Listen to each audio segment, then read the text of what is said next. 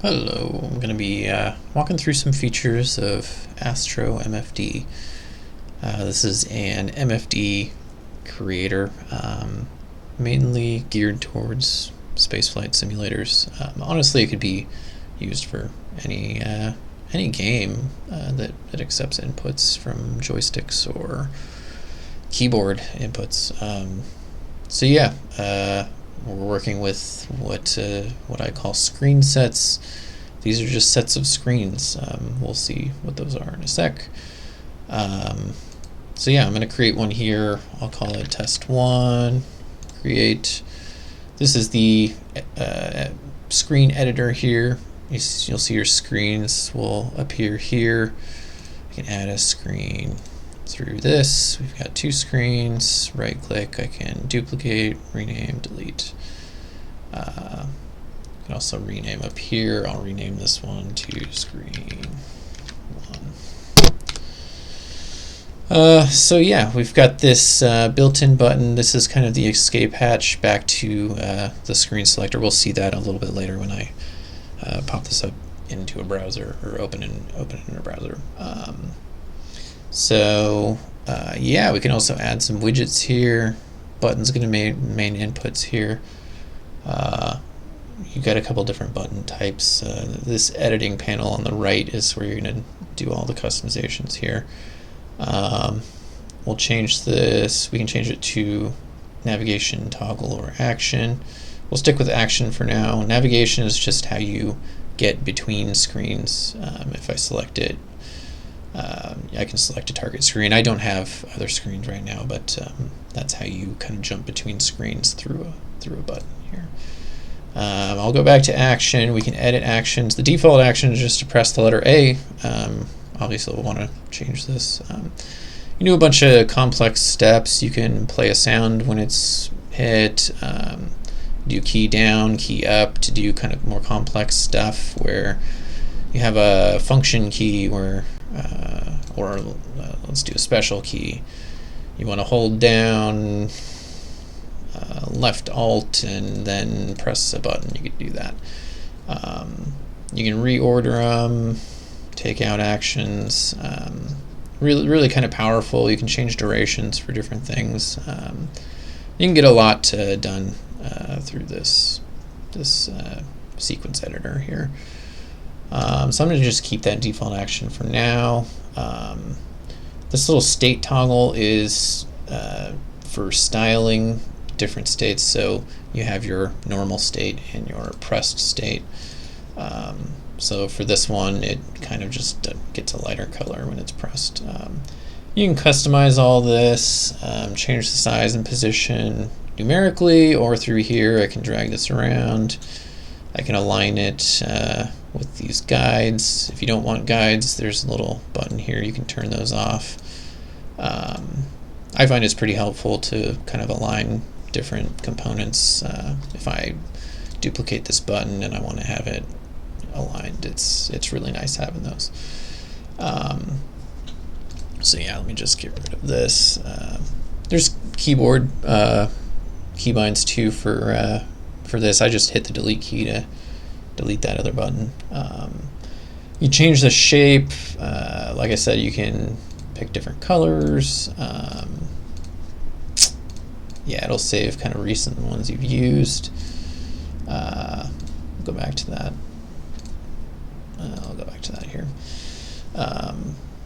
You can mess with like the stroke width. Let's go to 10 here. It makes that 10 pixels wide. Or you can get rid of it altogether with 0.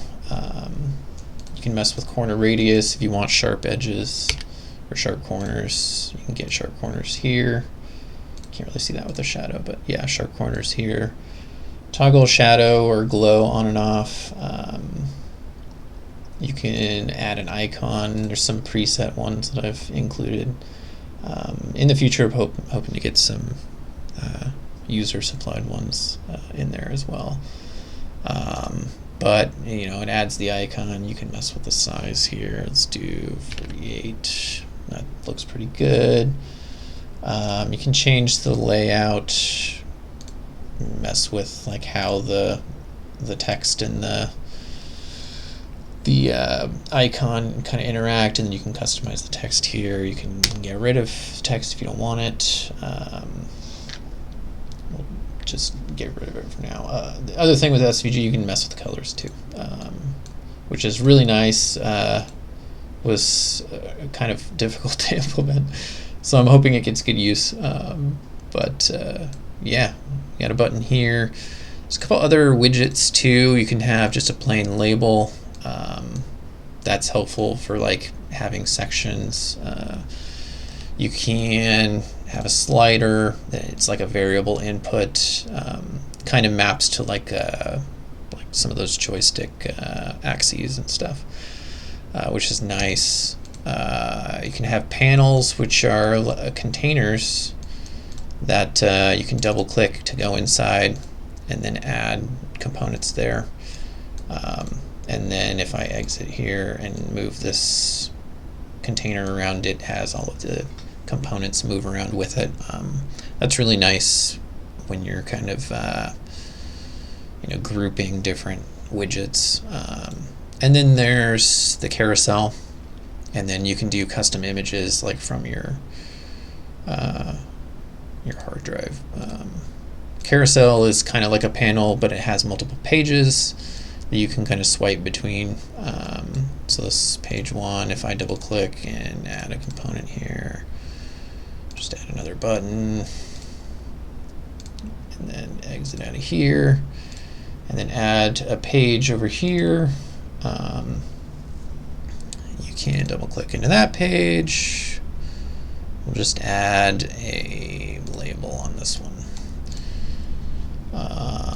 So yeah, then you have different pages, page 1, page 2, that you can swipe between, and I'll show that when I do the demo of the actual client.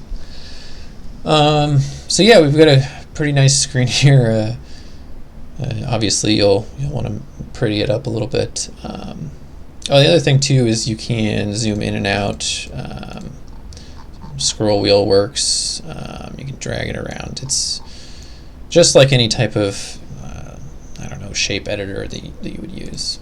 The other thing that you can do is edit the background, change the background color, or the size. The cool thing here too is if you have connected devices, for me I have it open in a web browser that I'll show in a second. And I should show if you do have a smart device that has a camera, you can just scan the QR code here and it'll pop it open in the browser, or you can just go to where it's being served on your local network. But if you want this sized to a specific device, you can, once it's connected, click this little device icon right here. It'll list out the different connected devices and the resolutions. So if I wanted this to match the resolution of the device, I can just click here and it resizes it. So it fills the entire available screen space of that device.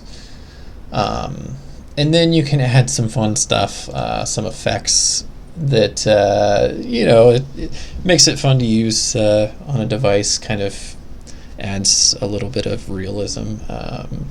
You can add noise, which it's hard to tell through the recording, but it adds a little kind of noise filter on there. Some chromatic aberration. Right now it shows it around the entire screen. You see some red over here and some like cyan over here. When you have it open, and obviously it'll just be on the border of the MFD. Add a little flicker, which is fun. Those Drake ships that are in Star Citizen kind of have that feel that it might have some flickering MFDs. There's vignette, which kind of adds like a cool like border on it. Phosphor glow, which we'll see. I'll toggle a bunch of these on and I'll show it in the browser. There's the LCD grid, which kind of adds this like this little pixel grid, and then there's scan lines, which kind of make it look like a CRT monitor or something, which is really fun. So I'm going to toggle a couple of these on.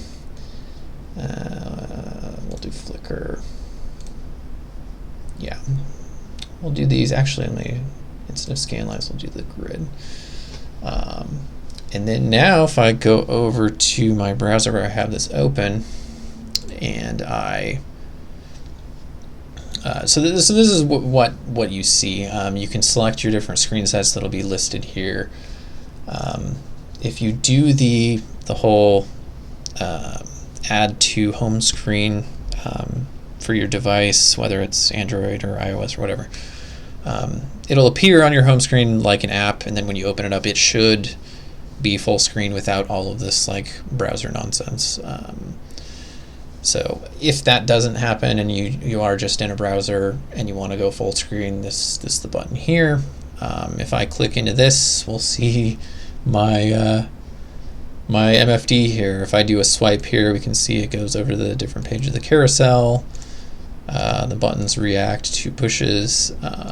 So yeah, this is what you'll see on your device, and then yeah, you can go back to the screen selector here with that button. So yeah, that's top line features.